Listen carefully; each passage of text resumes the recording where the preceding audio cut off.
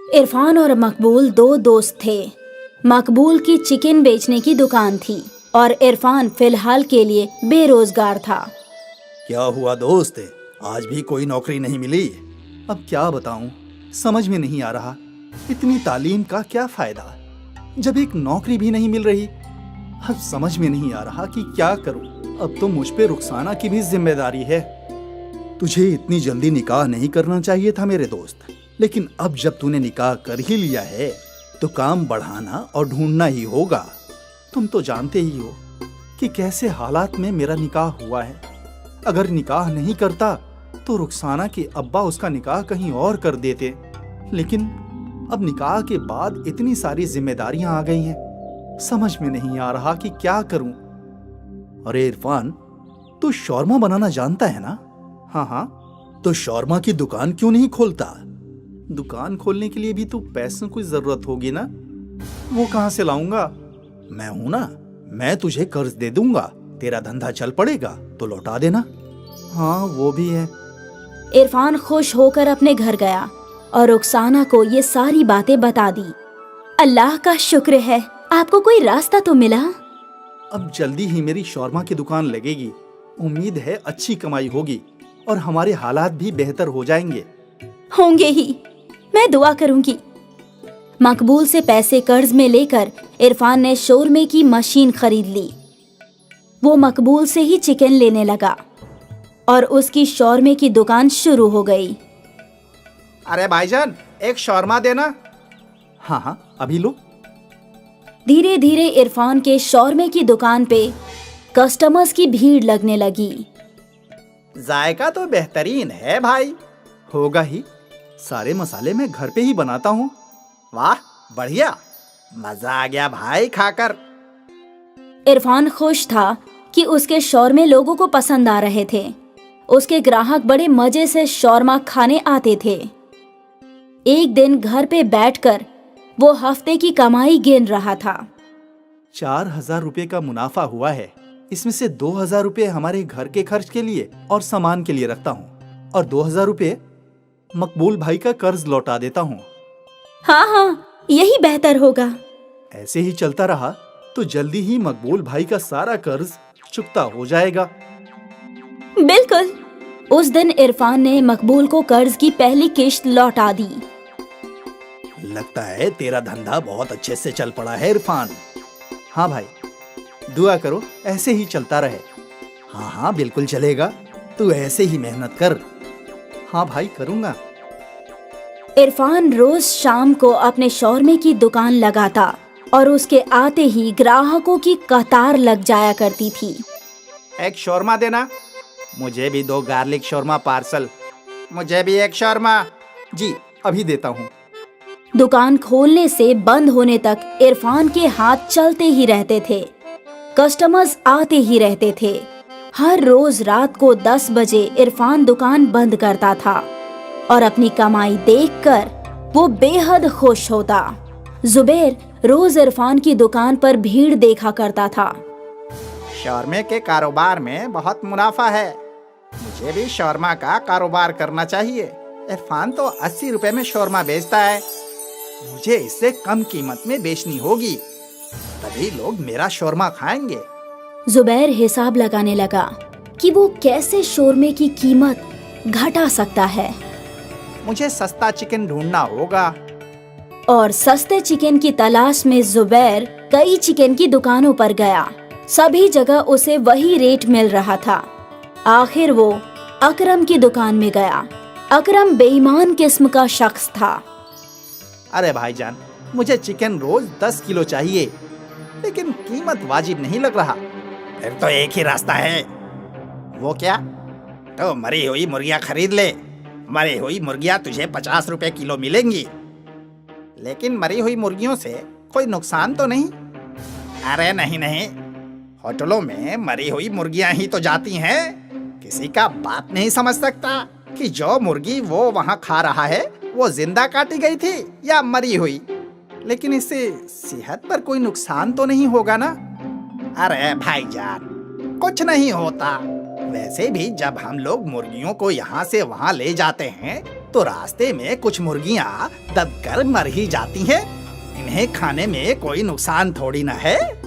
ठीक है, तो हम सौदा पक्का करते हैं। तुम रोज मुझे 50 रुपए के हिसाब से 10 किलो चिकन देना। पक्का। जुबैर ने शौरमा बनाने की मशीन खरीद ली और फिर इरफान के शौरमे की दुकान के बगल में ही उसने अपनी दुकान खोल ली। जुबैर ने बड़ी सी तख्ती पर रेट लिखवा दिया। जुबैर 50 रुपए में शौरमा बेच रहा था। अब जब लोग वहां पहुंचे तो काफी लोग जुबैर का कम रेट देखकर उसकी दुकान की ओर मुड़ गए, लेकिन अब भी कुछ ऐसे ग्राहक थे जो इरफान की दुकान में ही शौरमा खाने आते थे। भाई, तुम्हारे शौरमे जैसा जायका नहीं है वहाँ, कुछ तो गड़बड़ है। उसे 50 रुपए के शोरमा में फायदा हो रहा है, इसलिए वो बेच रहा है। वो भी है, लेकिन जो हमेशा खाते हैं वो तुम्हारे पास ही लौटेंगे भाई, फिक्र मत करो। हाँ, मुझे अल्लाह पर पूरा यकीन है। उस रोज इरफान मकबूल भाई से मिला। क्या हुआ इरफान, आज तुम्हारा चेहरा इतना उतरा हुआ क्यों है? अब क्या बताऊं भाई, जुबैर ने शौरमा की दुकान खोली है और वो शौरमा 50 रुपए के बेच रहा है। इतना सस्ता कैसे? वही तो मुझे भी समझ में नहीं आ रहा है भाई। जरूर वो कोई गोलमाल कर रहा है, हमें पता लगाना चाहिए, लेकिन कैसे? चलो मेरे साथ। उस दिन इरफान और मकबूल ने जुबैर का पीछा किया। उन्होंने देखा कि जुबैर अकरम चिकन वाले की दुकान में गया। अब समझा। क्या ये अकरम एक नंबर का बेईमान है। ये जरूर जुबैर को मरी हुई मुर्गियों का गोश्त सस्ते में बेच रहा है, लेकिन ये तो वाजिब नहीं है।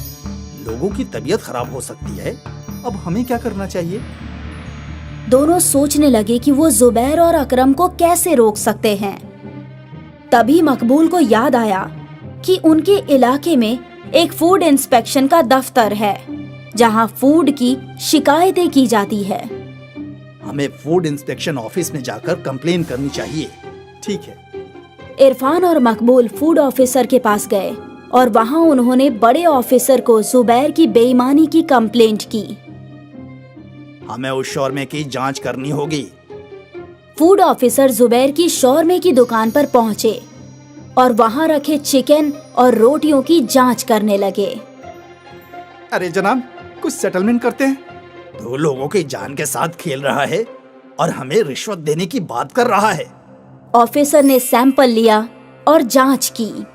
सर, यह चिकन खाने के लायक नहीं है। इसे खाने से सेहत बहुत जल्दी खराब हो जाएगी। इसे पुलिस के हवाले कर दो।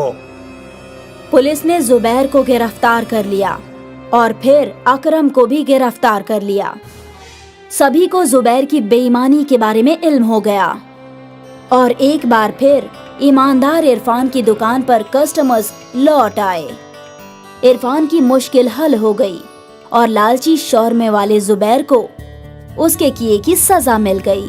हमेशा याद रखिए, हर वो चीज जो सस्ती हो वो अच्छी नहीं होती।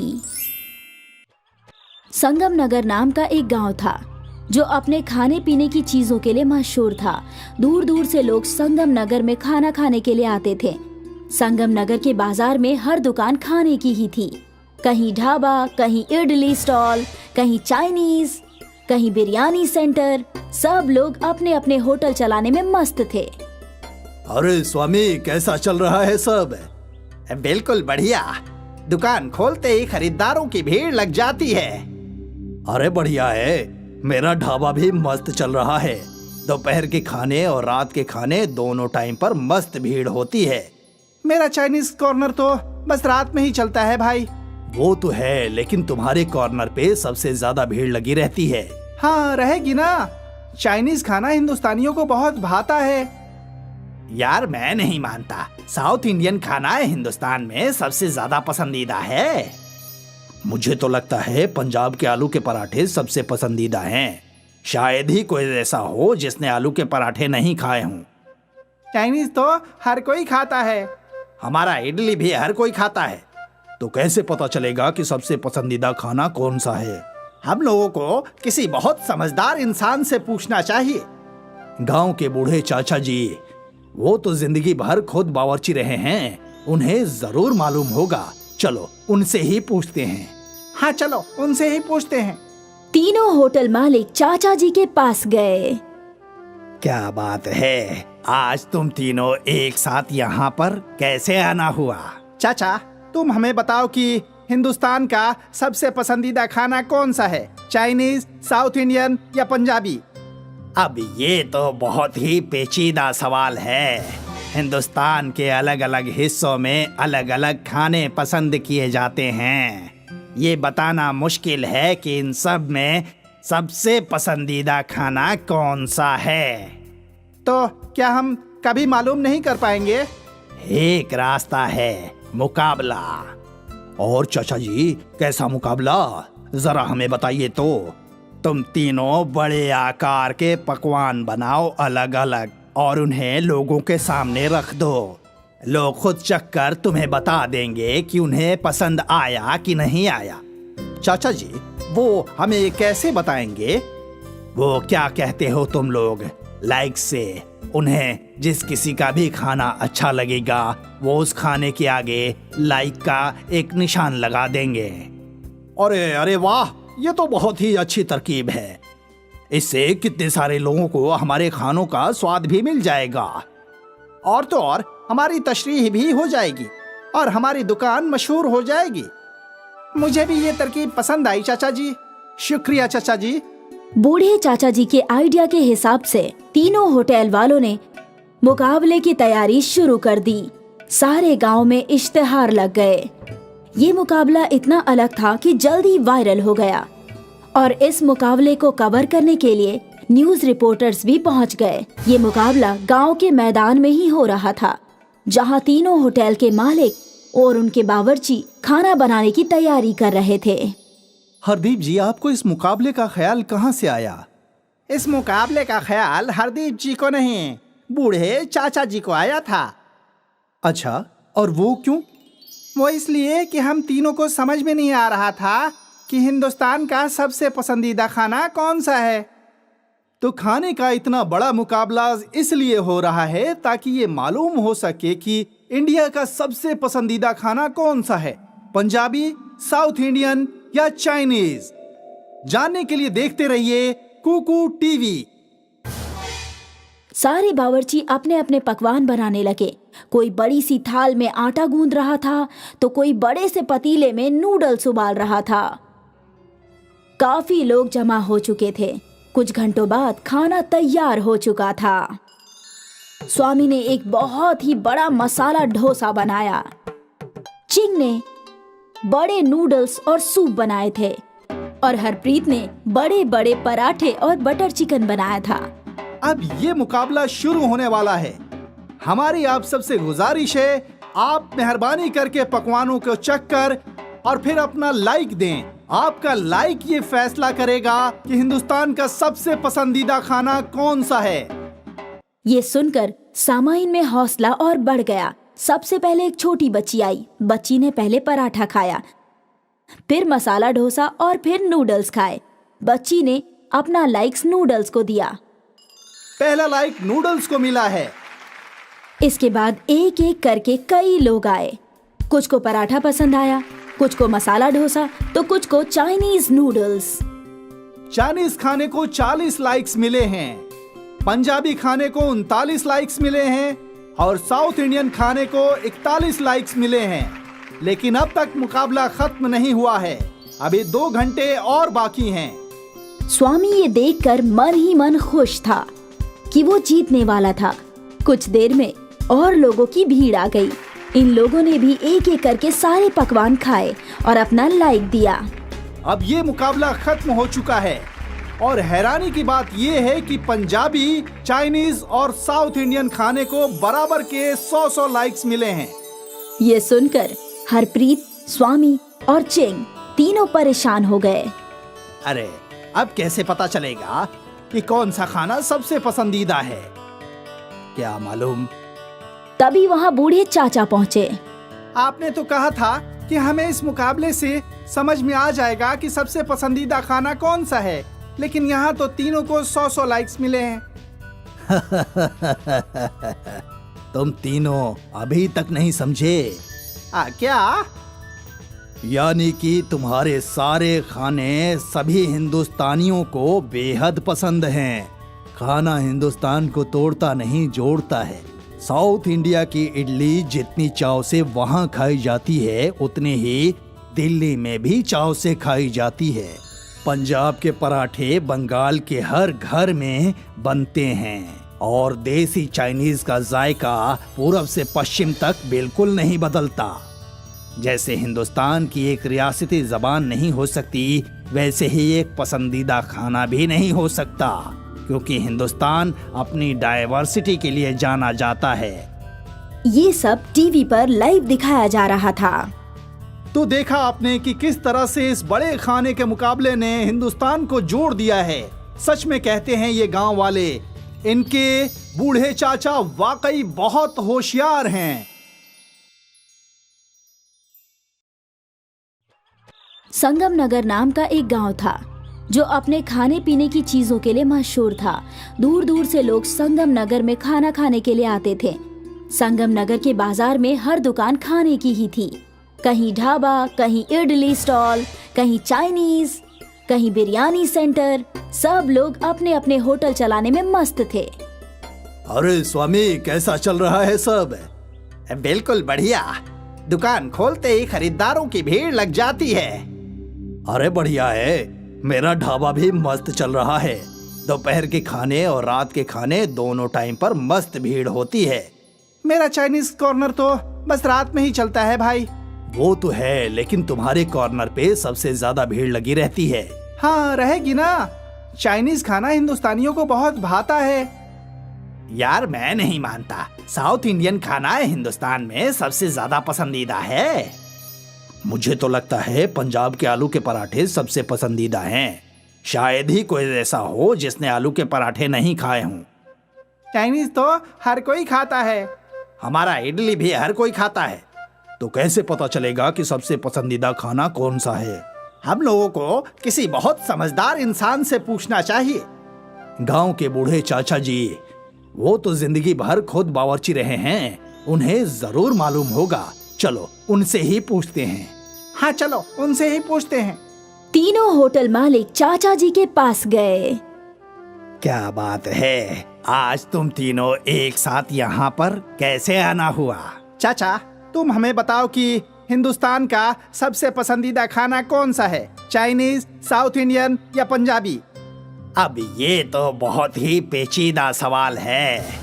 हिंदुस्तान के अलग अलग हिस्सों में अलग अलग खाने पसंद किए जाते हैं। ये बताना मुश्किल है कि इन सब में सबसे पसंदीदा खाना कौन सा है। तो क्या हम कभी मालूम नहीं कर पाएंगे? एक रास्ता है, मुकाबला। और चाचा जी, कैसा मुकाबला? जरा हमें बताइए तो। तुम तीनों बड़े आकार के पकवान बनाओ अलग अलग और उन्हें लोगों के सामने रख दो। लोग खुद चख कर तुम्हें बता देंगे कि उन्हें पसंद आया कि नहीं आया। चाचा जी, वो हमें कैसे बताएंगे? वो क्या कहते हो तुम लोग, लाइक से। उन्हें जिस किसी का भी खाना अच्छा लगेगा वो उस खाने के आगे लाइक का एक निशान लगा देंगे। अरे अरे वाह, ये तो बहुत ही अच्छी तरकीब है।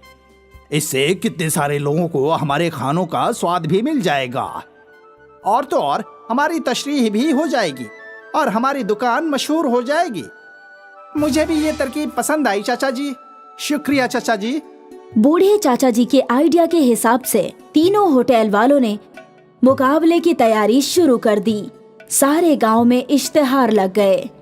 ये मुकाबला इतना अलग था कि जल्दी वायरल हो गया और इस मुकाबले को कवर करने के लिए न्यूज रिपोर्टर्स भी पहुंच गए। ये मुकाबला गांव के मैदान में ही हो रहा था, जहां तीनों होटल के मालिक और उनके बावर्ची खाना बनाने की तैयारी कर रहे थे। हरदीप जी, आपको इस मुकाबले का ख्याल कहाँ से आया?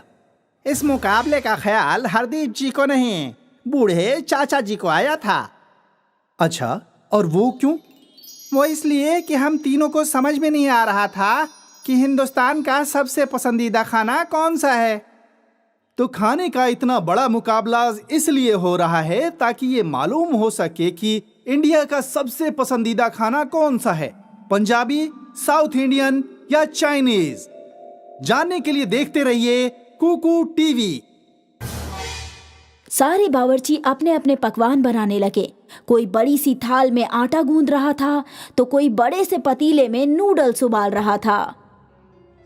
काफी लोग जमा हो चुके थे। कुछ घंटों बाद खाना तैयार हो चुका था।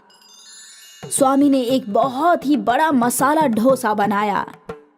चिंग ने बड़े नूडल्स और सूप बनाए थे और हरप्रीत ने बड़े बड़े पराठे और बटर चिकन बनाया था। अब ये मुकाबला शुरू होने वाला है। हमारी आप सबसे गुजारिश है, आप मेहरबानी करके पकवानों को चख कर और फिर अपना लाइक दें।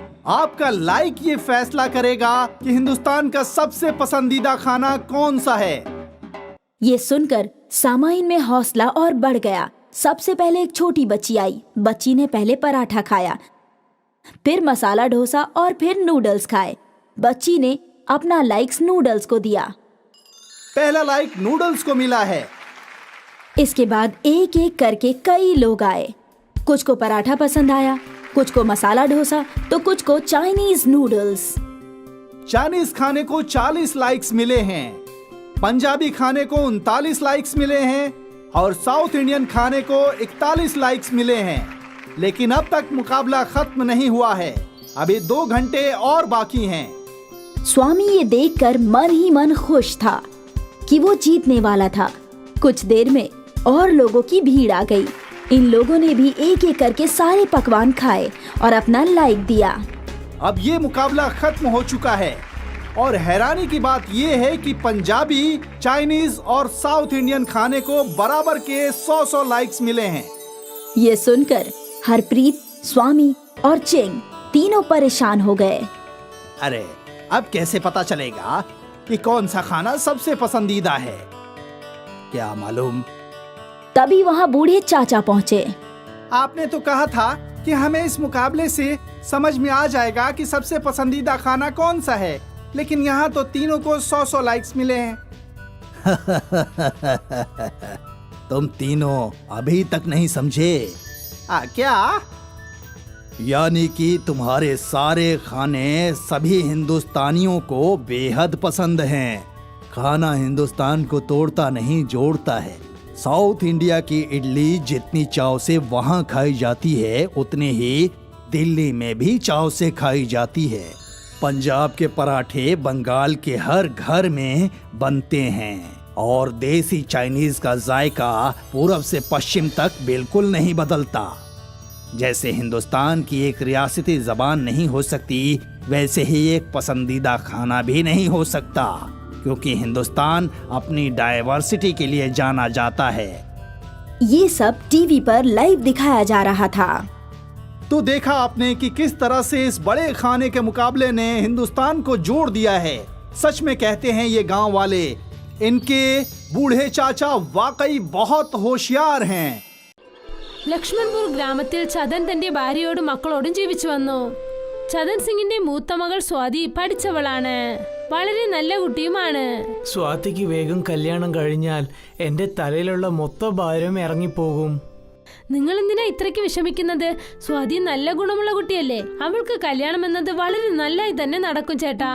നിങ്ങൾ യാതൊരു ചിന്തയും കൂടാതെ നിങ്ങളുടെ ജോലിക്ക് പോയട്ടെ. ഞാൻ നിങ്ങൾക്ക് ആഹാരം സ്വാതിയുടെ കയ്യിൽ കൊടുത്തയക്കാം.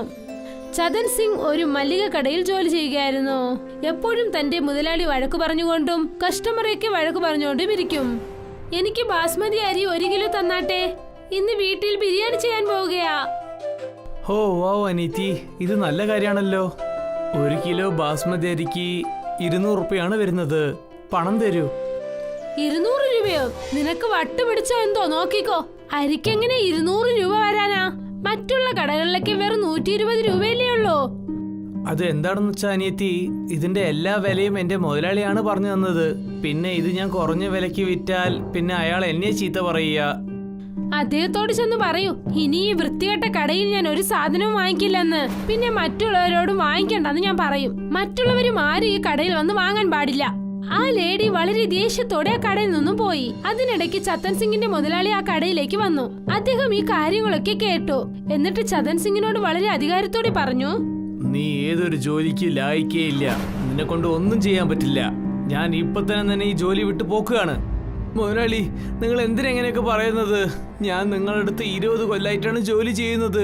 അങ്ങനൊന്നും പറയരുത്. ഒരു കസ്റ്റമർ പോലെ നിനക്ക് മര്യാദ ഗവനിച്ചൂടെ? ഇവിടുന്ന് പോയേക്കണം. കടക്ക് പുറത്ത്. നിന്നെയൊക്കെ വെച്ചിട്ട് എന്താ ചെയ്യേണ്ടതെന്ന് എനിക്ക് അറിയില്ല. വീണ്ടും നീ ഈ സ്ഥലത്ത് വന്ന് നിന്റെ മുഖം കാണിക്കാൻ പാടില്ല. ചതൻ സിംഗ് ആ സ്ഥലത്തുനിന്നും പോവുകയായിരുന്നു. അപ്പോഴാണ് സ്വാതി ടിഫിൻ ബോക്സോടെ അദ്ദേഹത്തെ വരുന്ന വഴിയിൽ അവൾ കണ്ടു. പിന്നെ അദ്ദേഹം വിഷമിച്ചിരിക്കുന്നത് കണ്ടിട്ട് അവൾ പറഞ്ഞു, എന്തു പറ്റി അച്ഛാ? നിങ്ങൾ എന്താ എത്ര വിഷമിച്ചിരിക്കുന്നേ? പിന്നെ ഇതുപോലെ ഈ വെയിലിൽ നിങ്ങൾ എവിടെ പോയിക്കൊണ്ടിരിക്കുക? ഞാൻ എന്ത് പറയാനാ മോളെ, എന്റെ തലവിധി അങ്ങനെ എഴുതിയിട്ടുണ്ട്. ഞാനും നിനക്ക് കല്യാണം ചെയ്തതാണെന്ന് വിചാരിക്കുന്നു. പക്ഷെ എപ്പോഴും എന്തെങ്കിലും ഒരു വലിയ പ്രശ്നം വന്ന് നമ്മൾ ചെയ്തുകൊണ്ടിരിക്കുകയാണ്. പക്ഷെ എന്തു പറ്റി അച്ഛാ? നിങ്ങൾ ഇത്ര ടെൻഷൻ അടിച്ചിരിക്കുകയാണല്ലോ. പക്ഷെ നിങ്ങൾ ഇത്ര ടെൻഷനോടെ ഇരുന്നാൽ നിങ്ങൾക്ക് BP അധികമാകും അച്ഛാ. കാര്യം എന്താണച്ചാ? അപ്പോഴാണ് ചതൻ സിംഗ് അവളോട് എല്ലാ കാര്യവും പറഞ്ഞത്. അച്ഛന്റെ വിഷമം കണ്ടിട്ട് സ്വാതിയുടെ കണ്ണിൽ നിന്ന് വെള്ളം വരാൻ തുടങ്ങി. നീ എന്തിനാ മോളെ കരയുന്നത്? ഇതൊക്കെ എന്റെ തെറ്റാണ്. എന്റെ എല്ലാ സുഹൃത്തുമാരും പറ്റിച്ചിട്ടാണ് മേലോട്ട് വന്നിരിക്കുന്നത്. പക്ഷെ ഞാനുണ്ടല്ലോ, എനിക്ക് പറ്റിക്കാനും അറിയില്ല, വേറെ ഒന്നും അറിയില്ല. രണ്ടുപേരും അവിടെ വിഷമത്തോടെ നിൽക്കുന്നുണ്ടായിരുന്നു. അവരെ ചില ആദിവാസികളുടെ കൂട്ടം ചൂഴുന്നു. അവരെ കണ്ടിട്ട് രണ്ടുപേരും പേടിച്ചുപോയി. ബോൾ, ഈ അച്ഛനെയും മകളെയും നമ്മുടെ വീട്ടിലേക്ക് കൊണ്ടുപോകൂ. ബോൾ ജയിക്കട്ടെ, എടുത്തിട്ട് വരൂ. ഞങ്ങളെ വിടൂ, ഞങ്ങളെ വിടൂ, വിട്ടേക്കൂ. വിട്, ഞങ്ങളെ വിട്ടേക്ക്. ആദിവാസികളുടെ കൂട്ടം അവരെ പിടിച്ചു. പിന്നെ അവരുടെ സ്ഥലത്തേക്ക് കൂട്ടിക്കൊണ്ടുവന്നു.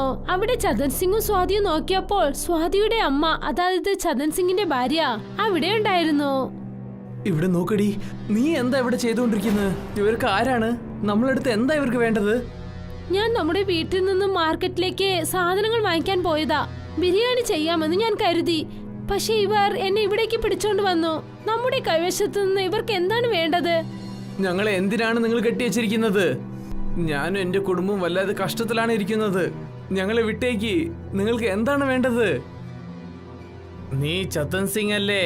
വളരെ നേർമയായിട്ട് ജീവിക്കുന്നവനല്ലേ? പിന്നെ ഈ ചത്തൻ സിംഗ് ഒരു മോഷണം ഒന്നും ചെയ്യാത്ത ഒരാളാണെന്ന് കേട്ടിട്ടുണ്ടല്ലോ.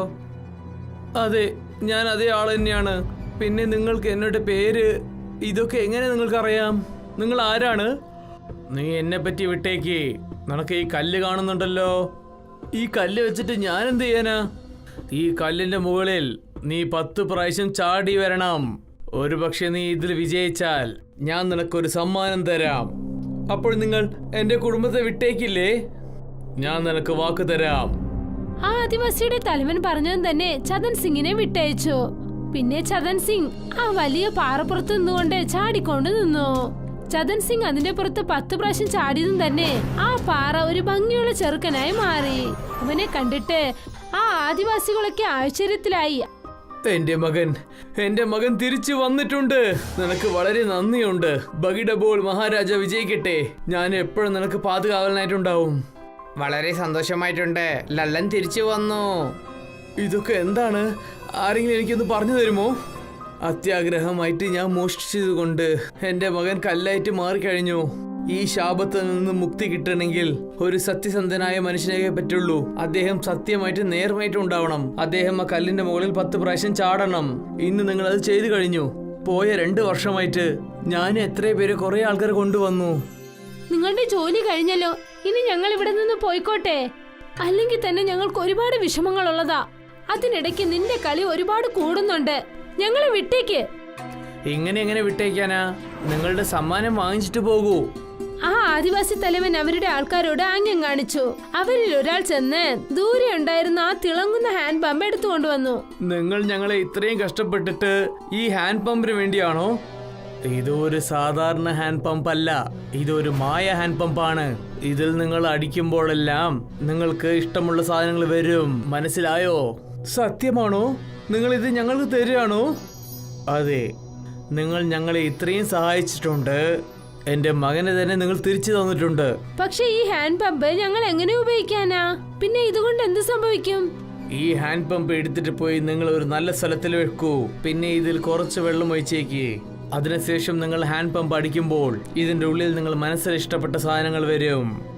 ആ ആദിവാസിയുടെ കയ്യിൽ നിന്ന് ചതൻ സിംഗിന്റെ കുടുംബം ആ ഹാൻഡ് പമ്പ് വാങ്ങിക്കൊണ്ടുവന്നു. പിന്നെ അവിടെ നിന്നും പോയി. ചതൻ സിംഗ് അദ്ദേഹത്തിന്റെ വീടിന്റെ വാതിൽക്കൽ ആ ഹാൻഡ് പമ്പ് പൊരുത്തി വെച്ചു. സ്വാതി ഒരു ഗ്ലാസ്സിൽ വെള്ളം കൊണ്ടുവന്ന് ചതൻ സിംഗിന്റെ അടിയിൽ നൽകി. എന്തിനാ സമയം കടത്തുന്നത്? ഈ ഹാൻഡ് പമ്പ് ഉപയോഗിച്ചു നോക്കൂ, തീർച്ചയായും എന്തെങ്കിലും നല്ലതേ നടക്കൂ. ചതൻ സിംഗ് അതിന്റെ മേലിൽ വെള്ളം ഒഴിച്ചതും തന്നെ അതിനകത്തു നിന്നും ബിരിയാണി വരാൻ തുടങ്ങി. മാന്ത്രിക ഹാൻഡ് പമ്പ് ബിരിയാണി. അത് കണ്ടിട്ട് എല്ലാരും അതിശയിച്ചു പോയി. അച്ഛാ, ഇവിടെ നോക്കൂ, ഹാൻഡ് പമ്പിൽ നിന്നും ബിരിയാണി വരുന്നുണ്ട്. എന്ന് വെച്ചാൽ ആ ആദിവാസികൾ പറഞ്ഞത് നേരാണ് അച്ഛാ. ദൈവമേ, നിങ്ങൾക്ക് ഒരുപാട് നന്ദി. നമ്മുടെ എല്ലാ പ്രശ്നത്തിനും തീർവ് കിട്ടി കഴിഞ്ഞു. ഞാൻ വിചാരിച്ചിട്ട് പോലും ഇല്ല. ഞാൻ ഇങ്ങനെ ജീവിക്കുന്നത് കൊണ്ട്, പിന്നെ സത്യസന്ധ്യം മാത്രം പറയുന്നത് കൊണ്ട് നമുക്ക് ഈ ഫലം കിട്ടിയിട്ടുണ്ട്. അന്നു മുതൽ ചതൻ സിംഗ് ഒരു ചെറിയ ഹോട്ടൽ ഓപ്പൺ ചെയ്തു. അതിന്റെ പേര് ഹാൻഡ് പമ്പ് ബിരിയാണി എന്ന് വെച്ചു. കുറച്ചു ദിവസത്തിനകം ചതൻ സിംഗിന്റെ എല്ലാ പ്രശ്നങ്ങളും തീർന്നു.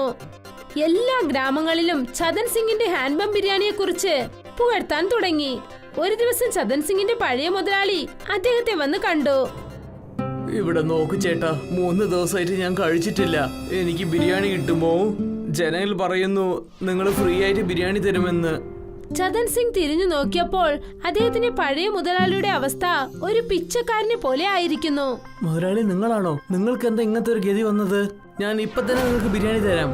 നീ എപ്പോഴാണ് ഇങ്ങനത്തെ ഒരു വലിയ ആളായത്? ജനങ്ങളെ പറ്റിച്ച് ഞാൻ ചീത്ത പറഞ്ഞുകൊണ്ടിരുന്നു. അതുകൊണ്ടാണ് എനിക്ക് ഇങ്ങനത്തെ ഒരു ഗതി. എല്ലാ കടയും വീടും മണ്ണായി പോയി കഴിഞ്ഞു. ചതൻ സിംഗ് അദ്ദേഹത്തിന്റെ ഹാൻഡ് പമ്പ് അടിക്കാൻ തുടങ്ങിയതും അതിൽ നിന്നും ബിരിയാണി വരാൻ തുടങ്ങി. പിന്നെ അദ്ദേഹം തന്റെ പഴയ മുതലാളിക്ക് ആഹാരം നൽകി. ഇതുപോലെ ചതൻ എല്ലാരെയും സഹായിച്ചു. പിന്നെ അദ്ദേഹത്തിന്റെ ഹാൻഡ് പമ്പ് ബിരിയാണി കാരണം അദ്ദേഹത്തിന്റെ ജീവിതം സന്തോഷത്തോടെയും സമാധാനത്തോടെയും ഇരുന്നു. അദ്ദേഹം അദ്ദേഹത്തിന്റെ മകൾ സ്വാതിയുടെ കല്യാണം നല്ല രീതിയിൽ നടത്തി.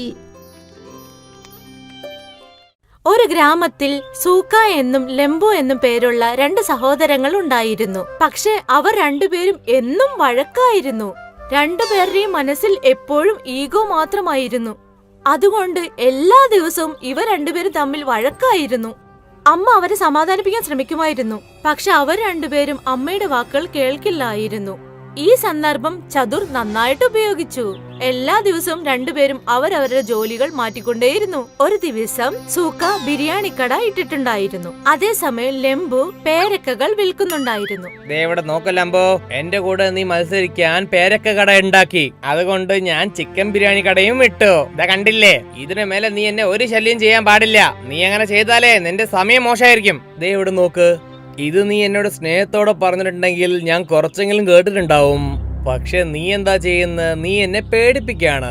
എന്നാ നോക്കിക്കോ മോനെ, നാളെ തൊട്ട് ഞാനും ബിരിയാണി കട വെക്കാൻ പോവുകയാണ്. പക്ഷെ ഈ പ്രാവശ്യം നിന്റെ കച്ചവടം ഞാൻ പൊളിക്കും. ശരി, നമുക്ക് കാണാലോ രണ്ടുപേരിൽ ആരാ ജയിക്കുന്നത്. രണ്ടുപേരും മത്സരിച്ച് സംസാരിച്ചുകൊണ്ടിരുന്നു. അപ്പോഴാണ് ചതുർ അവിടേക്ക് വന്നത്. എന്താ ഇത് മക്കളെ, രാവിലെ തന്നെ ഇങ്ങനെ തല്ലുകൂടുകയാണോ നിങ്ങള്? സൂക്ക, നീ എന്താ ബിരിയാണി കട ഇട്ടിട്ടുണ്ട്? അതും ചിക്കൻ.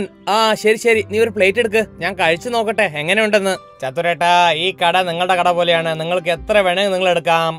ചതുർ പണം കൊടുക്കാതെ നിറയെ ബിരിയാണി കഴിച്ചു. അവൻ സൂക്കയുടെ ബിരിയാണിയെ പറ്റി പുകഴ്ത്തി പറഞ്ഞുകൊണ്ടിരുന്നു. ഇങ്ങനെ പറയുന്നത് ലെംബുവിന് തീരെ ഇഷ്ടപ്പെട്ടില്ല. സൂക്ക, നിന്റെ ബിരിയാണി അടിപൊളിയായിരുന്നു. കഴിച്ചിട്ട് നല്ല തൃപ്തിയുണ്ട്. ഇവിടെയുള്ള ജനങ്ങൾക്കൊക്കെ തീർച്ചയായിട്ടും ഇഷ്ടാവും. ഇതൊക്കെ ചേട്ടാ, നാളെ എന്റെ കൈ കൊണ്ട് ഞാൻ ബിരിയാണി ഉണ്ടാക്കാം. അത് വന്ന് നിങ്ങൾ കഴിച്ചു നോക്ക്, നിങ്ങൾക്ക് അത് തീർച്ചയായിട്ടും ഇഷ്ടാവും. ശരി മോനെ, നീ പറയുന്ന പോലെ തന്നെ ചെയ്യാം. ഇപ്പൊ നിന്റെ കയ്യിലുള്ള പേരക്കൊക്കെ താ. നിന്റെ പേരക്കൊന്നും കുറഞ്ഞ കാര്യമൊന്നല്ല. ലെംബുവിന് ചെറിയ രീതിയിൽ പുകഴ്ത്തിയാലും മതി, അവന് സന്തോഷമാകും. അതുകൊണ്ട് ചതുറിന് ഫ്രീ ആയിട്ട് പേരക്കയും കിട്ടി. സുക്കു ഒരു ദിവസം മുഴുവൻ ബിരിയാണി ഒരു പ്ലേറ്റ് 50 രൂപയ്ക്ക് വിറ്റു. സൂക്കയ്ക്ക് അന്നത്തെ ദിവസം നല്ല വരുമാനം കിട്ടി. അത് കണ്ട് ലെംബുവിന് ദേഷ്യം വന്നു. വൈകുന്നേരം രണ്ടുപേരും അവരുടെ വീട്ടിലേക്ക് പോയി. പിറ്റേ ദിവസം ലെംബു സൂക്ക വരുന്നതിന് മുൻപ് അവന്റെ വണ്ടി എടുത്ത് പുറപ്പെട്ടു. എന്നിട്ട് അവിടെ ബോർഡിൽ ഒരു ബിരിയാണി ഒരു പ്ലേറ്റ് 40 രൂപ എന്ന് എഴുതി വെച്ചു. കുറച്ചു സമയത്തിന് ശേഷം സൂക്ക അവിടെ എത്തിച്ചേർന്നു. മണ്ടാ, ഇത്രയും വില കുറഞ്ഞിട്ടാണോ ബിരിയാണി വെക്കുന്നത്? ഇന്നും നിന്റെ ബിരിയാണി നീ എങ്ങനെയാ വിൽക്കുന്നത് ഞാൻ ഒന്ന് നോക്കട്ടെ. 2 കടയിലെയും ബിരിയാണി വില നോക്കി ജനങ്ങളെല്ലാം ലെംബുവിന്റെ അടുത്തേക്കാണ് പോയത്. ബിരിയാണി വില ലെംബുവിന്റെ കടയിൽ കുറവായതുകൊണ്ട് എല്ലാവരും അവിടെ നിന്നാണ് വാങ്ങിച്ചത്. ഇത് കണ്ടത് സൂക്കയ്ക്ക് തോന്നി, എന്റെ ബിരിയാണി വില കുറച്ചാലോ? 50 രൂപ എഴുതിയിരിക്കുന്ന ബിരിയാണി അവൻ 40 രൂപ എഴുതി. ഇപ്പോ 2 പേരുടെ കടയിലും സെയിം വിലയാണ്. വൈകുന്നേരം 2 പേരും അവരുടെ വീട്ടിലേക്ക് പോയി. ഞാനിന്നൊരു കാര്യം അറിഞ്ഞല്ലോ, രണ്ടുപേരും ഇന്ന് നഷ്ടത്തിലാ വന്നതെന്ന്. അമ്മേ, ഇവൻ എന്നെ പേടിപ്പിച്ചു. ഇപ്പൊ ഞാൻ ഇവന്റെ കട മൂടാതെ സമ്മതിക്കാൻ പറ്റില്ല. അമ്മേ, നിങ്ങൾക്കൊരു കാര്യം മനസ്സിലായിട്ടില്ലെങ്കിൽ നിങ്ങൾ മിണ്ടാതെ അവിടെ ഇരിക്കണം. ശരി മക്കളെ, ഇനി ഞാൻ ഒന്നും പറയില്ല. നിങ്ങൾ രണ്ടുപേരും എന്തെങ്കിലുമൊക്കെ ചെയ്യ്. ഒരു ദിവസം രാവിലെ ചതുർ സൂക്കയെ കാണാൻ വന്നു. വരൂ ചിത്രേട്ടാ, വന്ന് ഇരിക്കേ. നോക്കു മോനെ, നിനക്ക് കച്ചവടം എങ്ങനെയാണെന്ന് ഞാൻ പറഞ്ഞുതരാം. നീ എന്റെ സ്വന്തമല്ലേ? ചേട്ടാ, ഇത്ര കാലം നിങ്ങൾ പറയുന്നൊക്കെ കേട്ടിട്ടാണ് ഞങ്ങൾ കച്ചവടം ചെയ്യുന്നത്. എന്നാ ഇനി മുതൽ നീ ബിരിയാണി 5 റുപ്പിക്ക് വിൽക്ക്. ബിരിയാണി 5 റുപ്പിക്ക് വിറ്റാ എനിക്ക് ചിക്കൻ പോലും വാങ്ങാൻ പറ്റില്ലല്ലോ. നിനക്ക് നിന്റെ അനിയനെ തോൽപ്പിക്കണ്ടേ, അതുകൊണ്ട് നിന്റെ കൈകാശിട്ടിട്ട് എല്ലാ സാധനം വാങ്ങിക്കടോ. പക്ഷേ എന്റെ അടുത്ത് പൈസ ഇല്ലല്ലോ ചേട്ടാ. നിന്റെ ചേട്ടനായിട്ട് ഞാൻ എന്തിനാ നിക്കുന്നത്? നിനക്ക് എത്ര പൈസ വേണ്ട? ഞാൻ തരാം. നിനക്ക് പൈസ വന്നതിന് ശേഷം എനിക്ക് തന്നാ മതി മോനെ. ചതുർ സൂക്കാക്ക് കടം കൊടുത്തു. അതിനുശേഷം സൂക്ക ഒരു പ്ലേറ്റ് ബിരിയാണി 5 രൂപ എഴുതി വെച്ചു. സൂക്കയുടെ ബിരിയാണിക്ക് വേണ്ടി ജനങ്ങൾ ക്യൂവിൽ നിന്നു. ടോക്കൺ കയ്യിൽ വെച്ച് അവർ വെയിറ്റ് ചെയ്തു ബിരിയാണിക്ക് വേണ്ടി. ലംബുവിന് ഇത് കണ്ട് വിഷമമായി. അപ്പോഴാണ് ചതുർ അവിടേക്ക് വന്നത്. എന്താ പറ്റില്ല അമ്പോ, നീ എന്തിനെങ്ങനെ വിഷമിക്കുന്നേ? സങ്കടം എന്റെ മുമ്പ് തന്നെ നിൽക്കുന്നുണ്ട്. പിന്നെ കാരണം എന്താ നിങ്ങൾ ചോദിക്കുന്നത്? ഇങ്ങനെ പറയല്ലേ. എന്നാ നീ ഒരു പ്ലേറ്റിന് ബിരിയാണിക്ക് 5 റുപ്പിക്ക് വിൽക്ക്. എന്റെ അടുത്ത് അത്ര കാശൊന്നും ഇല്ല ചേട്ടാ. ഈ സൂക്കൊക്കെ എങ്ങനെയാണ് കാശ് കിട്ടിയത് എനിക്ക് മനസ്സിലാവുന്നില്ല. നീ വിഷമിക്കണ്ട മോനെ, നിനക്കുള്ള കടം ഞാൻ തരാം. നീയും 5 റുപ്പിക്കുള്ള ബിരിയാണി വിൽക്കാൻ തുടങ്ങ്. ചതുർ ലംബുവിനും കടം കൊടുത്തു. അതിനുശേഷം രണ്ടുപേരും ബിരിയാണി 5 രൂപയ്ക്ക് വിൽക്കാൻ ആരംഭിച്ചു. വരൂ വരൂ, ചിക്കൻ ബിരിയാണി കഴിക്കാൻ വരൂ. അതിന്റെ വില 5 റുപ്പിയാണ്. ഒരു പ്ലേറ്റിൽ 4 കഷ്ണം ചിക്കൻ ഉണ്ടാവും. വരൂ വരൂ, നല്ല ബിരിയാണി, സ്വാദുള്ള നല്ല ചൂടുള്ള ചിക്കൻ ബിരിയാണി, 5 റുപ്പിയുള്ള ബിരിയാണി, 5 റുപ്യ പ്ലേറ്റുള്ള 5 പീസുള്ള ബിരിയാണി. അവർ രണ്ടുപേരും തമ്മിലുള്ള മത്സരം ജനങ്ങൾക്ക് ഭയങ്കര സഹായമായി. 5 രൂപയുടെ ബിരിയാണി എല്ലാരും വാങ്ങിക്കഴിച്ചു. അതുകൊണ്ട് ഉച്ചയോടെ ബിരിയാണി എല്ലാം കാലിയായി രണ്ടുപേരും വീട്ടിലേക്ക് പോയി. ഇന്ന് എത്ര കാശ് സമ്പാദിച്ചു? രണ്ടുപേരും അവരുടെ അമ്മയോട് സത്യങ്ങളെല്ലാം തുറന്നു പറഞ്ഞു. ശരി, നിങ്ങൾക്ക് രണ്ടുപേർക്കും പണം തന്നത് ചതുറാണോ? രണ്ടുപേരും ഒന്ന് മനസ്സിലാക്കിക്കോ, ചതുർ എന്താണ് ചെയ്തതെന്ന്. അമ്മേ, ഞങ്ങളോട് ക്ഷമിക്കണം അമ്മേ. അതെ അമ്മേ, ഇനി ഞങ്ങൾ രണ്ടുപേരും വഴക്ക് കൂടില്ല. ഞങ്ങൾ രണ്ടുപേരും എത്ര വഴക്കുണ്ടാക്കുന്നോ അത് മറ്റുള്ളവർ നന്നായിട്ട് ഉപയോഗിക്കുന്നുണ്ട് അമ്മേ. അതെ അമ്മേ, ഇന്ന് ഞങ്ങൾക്ക് അത് നന്നായിട്ട് മനസ്സിലായി. ഇനി മുതൽ ഞങ്ങൾ നന്നായിട്ട് ഉണ്ടായിക്കോളാം. ആ ചത്തുറിന് ഞങ്ങൾ ഒരു പണി കൊടുത്തിട്ടേ പറ്റൂ. അതിനുശേഷം രണ്ടുപേരും ഒരു കടയിൽ ബിരിയാണി ഉണ്ടാക്കി. എന്നിട്ട് കടയ്ക്ക് പേരിട്ടു ലെംബു സൂക്ക ചിക്കൻ ബിരിയാണി. പിറ്റേ ദിവസം രാവിലെ അവർ രണ്ടുപേരും അവിടെ എത്തി. ചതുർ അവിടെ എത്തി അവരെ കണ്ടതും അത്ഭുതപ്പെട്ടു. അവരും രണ്ടുപേരും തമ്മിലുള്ള ഒത്തൊരുമ കണ്ടിട്ട് ഇനി ഇവിടെ നിന്ന് ശരിയാവില്ല, ഓടിപ്പോകാമെന്ന് കരുതി. സുഹൃത്തുക്കളെ, ഇതിൽ നിന്ന് നമുക്ക് കിട്ടുന്ന പാഠം, നമ്മൾ എപ്പോഴും ഐക്യത്തോടെ ഇരിക്കണം. അങ്ങനെ ഒത്തൊരുമിച്ചിരുന്നില്ലെങ്കിൽ മറ്റുള്ളവർ അവരുടേതായ രീതിയിൽ അതെല്ലാം പ്രയോജനപ്പെടുത്തും. അതുപോലെ മുഖസ്തുതി പറയുന്നവന് വിശ്വസിക്കരുത്. അങ്ങനെ ചെയ്താൽ ജീവിതം നാശമാകും.